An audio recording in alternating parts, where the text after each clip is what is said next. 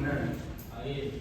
Nah, jadi pada kesempatan kali ini kami dari kelompok 2 akan melakukan presentasi mengenai 4 perdebatan yang ada di dalam hubungan internasional.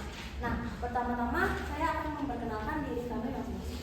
Saya Miracle, saya Ruki, saya Jacqueline, saya Genji, Saya Wilson. dan kami dari kelas 11. Pertama-tama kita perlu ketahui terlebih dahulu apa sih yang dikatakan dengan HI? HI merupakan disiplin ilmu yang dimana diawali dengan kajian bahwa hal ini dilakukan untuk bisa melakukan suatu perdamaian antar negara. Nah, apa sih hal ini kita bisa lakukan? Yang sebenarnya kami lakukan pada kesempatan kali ini. Nah, rumusan masalah yang sebenarnya kami akan jelaskan di sini adalah apa saja 4 perdebatan dasar itu. Nah, namun tak hanya itu, kami juga akan memberikan penjelasan apa saja perbedaan dari 4 perdebatan itu dan apa yang menjadi dampak terhadap kajian akademis dari hubungan internasional. Nah, sehingga tujuan pengarahan kami sudah jelas bahwa kami ingin lebih tahu secara dalam dan secara detail mengenai apa perdebatan yang ada di negara yang ada di dunia ini. Yang pertama adalah liberalisme versus realisme. Pertama saya akan menjelaskan tentang dua paradigma dominan yang ada di HI. Pertama itu adalah liberalisme utopis atau idealisme. Paham ini muncul pada saat World War I dengan keyakinan bahwa negara bisa mengatasi anarki internasional melalui institusi hukum, kerjasama internasional, serta teori bahwa negara demokratis cenderung tidak berperang. Lalu ada realisme, yaitu muncul sebagai respons terhadap kegagalan liberalisme yang menekan bahwa dunia internasional bersifat anarkis, di mana negara berfokus pada kepentingan nasional, kekuasaan, dan konflik yang dianggap tidak terhindarkan. Kemudian apa dampaknya? Dampaknya yaitu realisme menjadi paradigma dominan saat World War II, terutama saat Perang Dingin. Kemudian meski liberalisme gagal, idenya tetap berkontribusi pada pembentukan organisasi internasional seperti PBB. Kemudian ketegangan antar keduanya melahirkan teori neoliberalisme institusional yang akan dijalankan oleh Keynes. Yang kedua adalah traditional approaches versus realisme, yaitu perdebatan kedua di dalam HI. Berpusat pada pendekatan metodologis dan epistemologis yang digunakan untuk mempelajari HI. Pendekatan ini menonjol pada pertengahan abad ke-20 dan mencerminkan diskusi yang lebih luas dalam ilmu sosial. Pendekatan tradisional terdapat akar sejarah, metodologi, dan fokus normatif dan fokus pada negara. Behavioralisme dalam HI muncul dasar pemikirannya pada 1950 hingga 1960. Gerakan behaviораlis dan penggeseran metodologis. Behavioralisme ini berfokus pada perilaku yang dapat diamati. Dampak terhadap disiplin HI oleh perdebatan ini menyebabkan keluasan yang signifikan dalam HI. Saat behavioralisme membawa penekanan pada penelitian empiris dan teologis, dan tradisionalisme pada sejarah, etika, dan analisa politik yang mengendalam sosial tadi.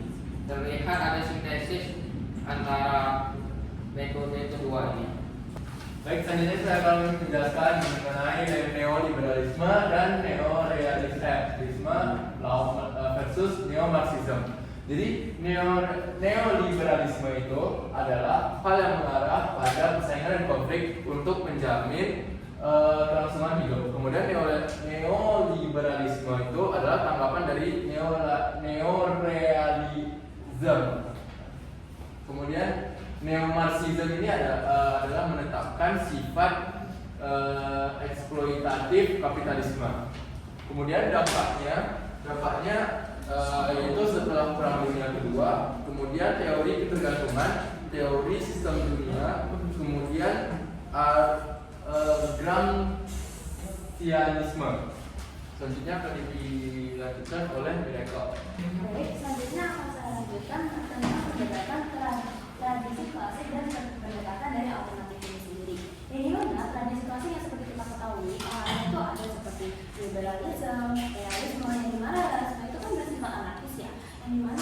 juga merasa bahwa mereka harus memprioritaskan negara mereka terlebih dahulu. Nah, terus juga ada liberalisme, yang dimana mereka merasa bahwa mereka harus memiliki negara yang bersifat demokrasi dan juga bebas. Nah, dan juga ada pula masyarakat internasional yang merasa bahwa masyarakat ini harus bisa hidup tidak hanya berdasarkan dari mereka merupakan suatu rakyat warga negara, namun juga dilihat dari mereka harus bisa caranya untuk mengikuti peraturan, institusi, bahkan norma-norma yang ada. Nah, yang terakhir adalah ekonomi politik internasional. Nah, ekonomi politik internasional ini seperti suatu aliran di mana mereka itu melihat atau mengamati adanya hubungan antar negara yang dilihat dari ekonomi dan hubungan internasionalnya. Biasanya mereka itu melihat isu-isu seperti perdagangan, globalisasi, yang dimana kita perlu ketahui bahwa tradisi klasik ini itu bersifat sangat tradisional dan sangat teori sekali. Sedangkan dibandingkan dengan pendekatan alternatif, di mana pendekatan alternatif ini terlalu bersifat konstruktivisme sosial, yang dimana mereka itu jauh lebih melihat ke arah yang jauh lebih lebar dan lebih kritis dan berdasarkan pengalaman, tidak hanya berdasarkan teori yang sah dan juga umum. Dan yang secara juga umum, tak hanya itu mereka juga melihat dari ide, kepercayaan dan juga ide dan kepercayaan dari masyarakat yang ada. Misalnya mereka merasa bahwa diskriminasi itu tidak baik, atau mungkin merendahkan perempuan itu tidak baik. Nah, mereka juga bersifat adanya teori-teori positivis, yang dimana teori ini itu tuh mencakup seperti perspektif yang lebih dilihat dari peran kekuasaan, ideologi, wacana, dan membentuk adanya hubungan internasional. Contoh teori-teorinya antara lain seperti feminisme dan juga teori hijau.